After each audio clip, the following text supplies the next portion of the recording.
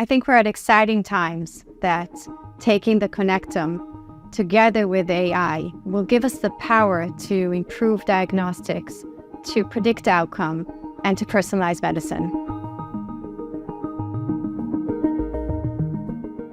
My name is Dr. Abigail Livny Ezer. I'm the head of the Diagnostic Neuroimaging Laboratory at Sheba Medical Center.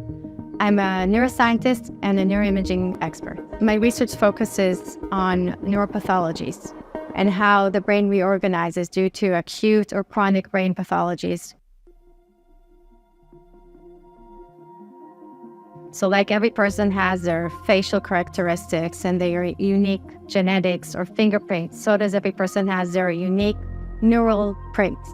And this neural print is the connectome, which is the map of brain connections. To create a connectome, we can use the MRI to scan both structure and function scans. And from each one of these scans, we can create a personalized connectome. One structural connectome and the other will be the functional connectome. If there's a neuropathology, then the brain reorganizes.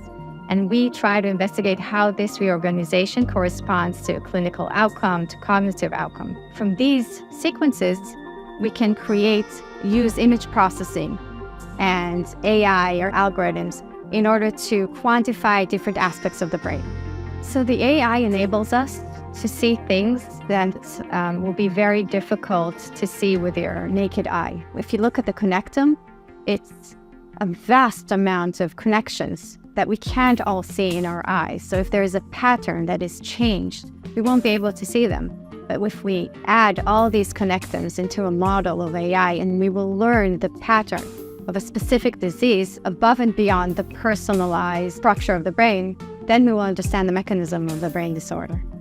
For a structural scan, we will scan a DTI scan, which follows the water molecules in the brain. And then it creates a map of the diffusion of the water molecules in the brain. I will follow the tracks of the brain, and I will create a map of the connections from one region of the brain to the other region of the brain. That will be the structural connectome.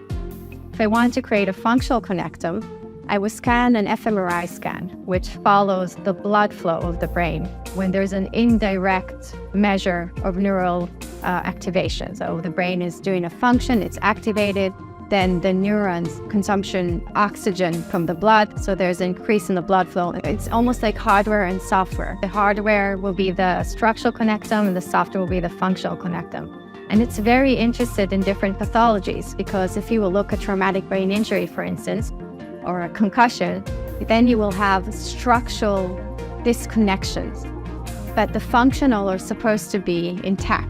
The basic point is trying to understand the mechanism behind each of these brain disorders. The connectomes will be able to serve as biomarkers for certain disorders. I think the brain is an amazing organ, and there's so much more to learn about it. We're only in the beginning.